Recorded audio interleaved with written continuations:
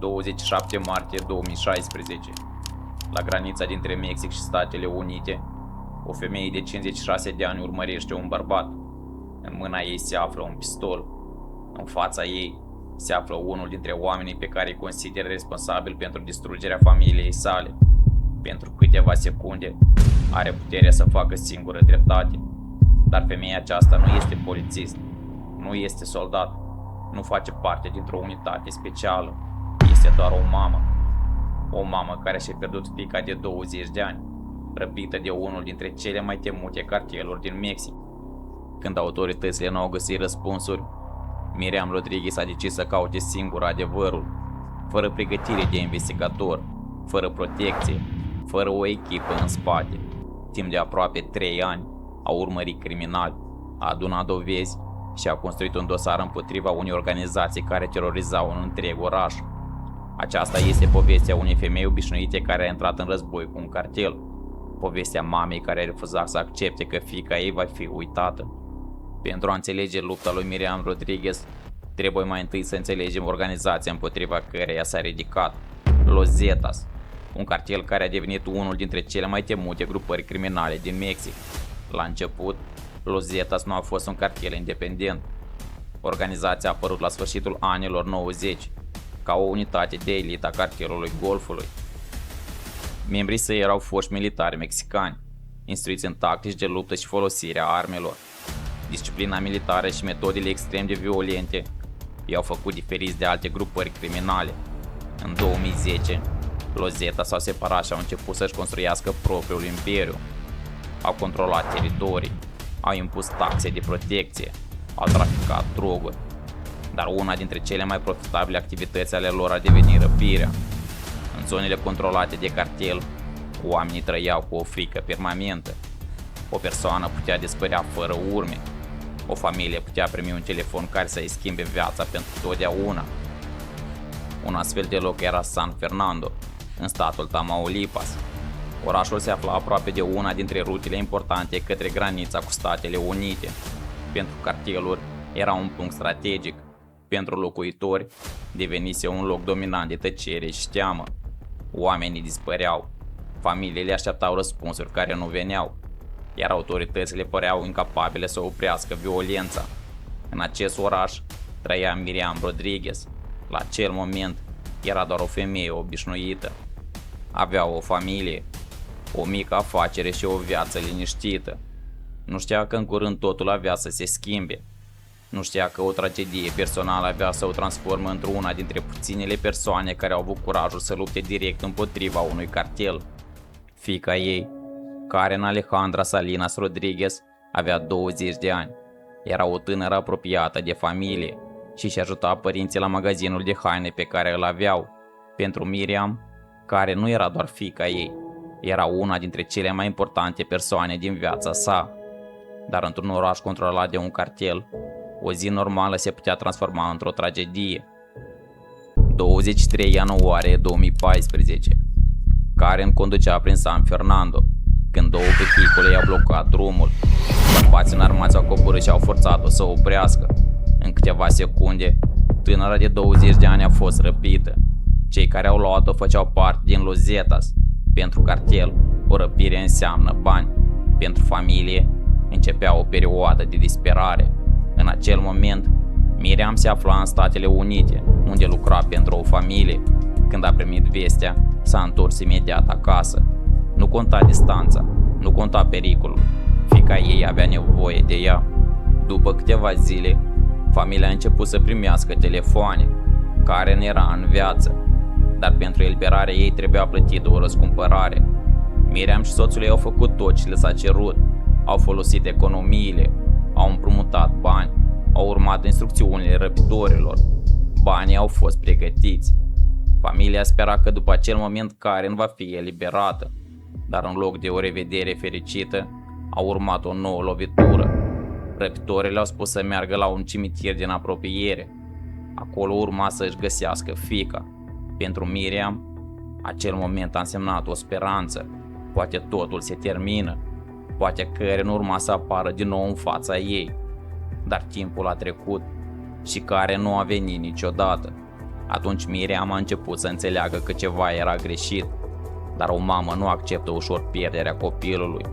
A primit un alt apel. Un bărbat care folosea numele Sama i-a spus că o poate ajuta să-și găsească fiica, dar avea nevoie de bani. Din nou, Miriam știa că poate fi o minciună, dar atâta timp cât exista chiar și o mică speranță, ea continuă. A plătit, dar Karen nu s-a întors. Au urmat alte apeluri, alte promisiuni, alte cereri de bani și același rezultat. Nimic. După săptămâni de așteptare, Miriam a înțeles adevărul dureros. Autoritățile nu aveau răspunsuri, răpitorii nu aveau de gând să o ajute, iar fiica ei probabil nu mai era în viață. Dar în loc să renunțe, Miriam a luat o decizie care avea să-i schimbe destinul. Dacă nimeni nu avea să găsească oamenii responsabili, avea să-i găsească ea. După săptămâni de incertitudine, Miriam Rodriguez a ajuns la o concluzie dureroasă, care nu mai era doar o persoană dispărută. Cel mai probabil, fiica ei fusese ucisă. Dar pentru Miriam, adevărul nu înseamnă sfârșitul, înseamnă începutul unei lupte. Voia să afle cine îi luase fiica, cine fusese implicat și cine trebuia să răspundă pentru ceea ce se întâmplase. Problema era că Miriam nu era investigator, nu avea pregătire specială, nu avea acces la informații secrete, nu avea o echipă care să o ajute, avea doar fotografia lui Karen și dorința de a afla adevărul. Prima persoană care a început să o urmărească a fost Sama, bărbatul care pretinsese că o poate ajuta. La început, Miriam avea doar o poreclă, niciun nume real, nici o adresă, nici o dovadă, dar a început să caute. A vorbit cu oameni care puteau avea informații, a urmărit orice urmă lăsată de răpitori. În urma acestor căutări, a descoperit că Sam ar fi putut fi implicat direct în dispariția lui Karen. Acum avea o direcție, trebuia doar să afle cine era cu adevărat. Miriam a început să urmărească legăturile lui, fotografii, conturi, locuri, persoane apropiate. După luni de căutări, a reușit să identifice locul unde se afla, dar o simplă locație nu era suficientă. Avea nevoie de dovezi, avea nevoie de informații pe care autoritățile să nu le poată ignora. Și atunci a făcut ceva incredibil. S-a infiltrat și a schimbat aspectul pentru a nu fi recunoscută. A început să urmărească oameni și să pună întrebări în cartiere unde membrii cartierului încă aveau influență. Nu căuta răzbunare, căuta dovezi, aduna nume, adrese, legături. Fiecare informație era o piesă dintr-un puzzle. O femeie obișnuită construia singură un dosar împotriva unei organizații criminale de care un oraș întreg se temea. În cele din urmă, Miriam a mers la autorități, avea informații, avea dovezi, avea locația lui Sama, dar răspunsul primit a fost unul pe care îl auzise deja. Nu era suficient. Pentru instituții, cazul lui Karen era unul dintre miile de cazuri de dispariție din Mexic. Pentru Miriam era fiica ei. A continuat să insiste, până când a găsit un polițist federal dispus să o ajute. Autoritățile au început pregătirile pentru arestarea lui Sama, dar când au ajuns la locația indicată, era prea târziu. Sama dispăruse. Pentru mulți oameni, acesta ar fi fost momentul în care ar fi renunțat, dar Miriam nu. Ea pierduse deja prea mult ca să se oprească. După ce Sama a reușit să dispară, Miriam Rodriguez nu a renunțat. În loc să urmărească un singur om, a început să urmărească întreaga rețea din jurul lui. A strâns informații, a identificat persoane, a reconstruit legăturile dintre cei implicați în răpirea lui Karen. Apoi, după luni de căutări, a apărut o nouă șansă. 15 septembrie 2014. Fiul lui Miriam, Luis, se afla în magazinul familiei din Ciudad Victoria. În acea zi, un client a intrat. La început, părea o persoană obișnuită, dar după câteva secunde, Luis a recunoscut chipul acelui om. Era Sama, bărbatul care promisese că o poate ajuta pe Miriam, bărbatul care primise bani de la familie, bărbatul care putea ști adevărul despre Karen. Luis nu a reacționat impulsiv, știa cât de periculos era acel moment. A făcut singurul lucru corect și a sunat mama. Când Miriam a primit vestea, a înțeles imediat. După luni de căutări, îl găsiseră. A contactat polițistul federal care o ajutase și a transmis locația. De această dată, autoritățile au intervenit rapid. Sama a fost arestat, dar pentru Miriam, arestarea lui nu era o victorie completă. Ea avea nevoie de răspunsuri. Avea nevoie să știe ce se întâmplase cu Karen. În timpul anchetei, Sam a oferit informații despre ceilalți membri ai grupării și apoi a confirmat cea mai dureroasă teamă a lui Miriam, care nu mai era în viață. Pentru o mamă, acela era cel mai greu adevăr de acceptat. După luni în care sperase, după fiecare apel telefonic, după fiecare promisiune, acum știa, fiica ei nu se mai întoarce acasă, dar Miriam nu a renunțat. În acel moment, nu mai căuta o persoană dispărută, căuta dreptate.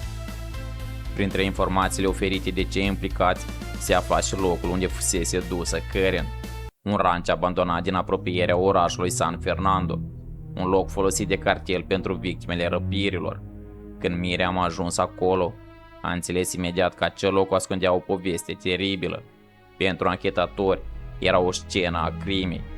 Pentru ea era posibil să fie ultimul loc unde fiica ei fusese în viață. A început să caute fiecare colț, fiecare urmă, orice lucru care putea lega acel loc de Karen. Și atunci a găsit ceva, un fular, un obiect simplu, dar pentru Miriam avea o valoare uriașă, era al fiicei sale.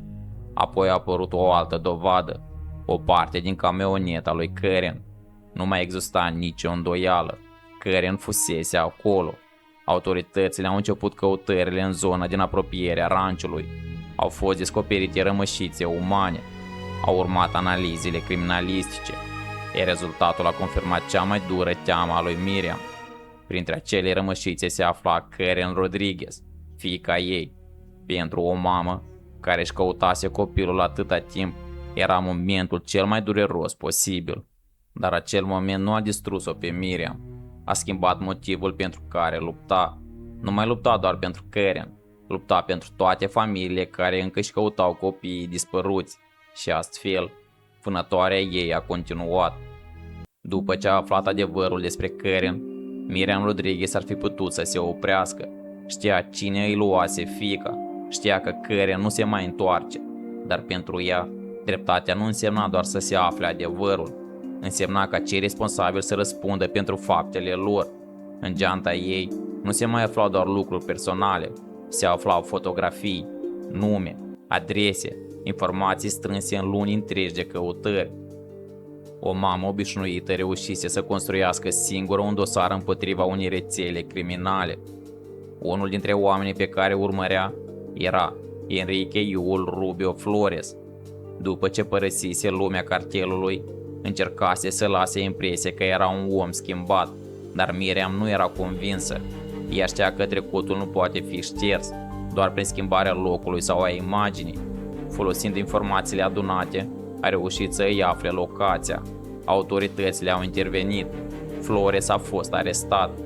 Pentru Miriam, era încă un nume de pe lista ei care ajungea în fața justiției.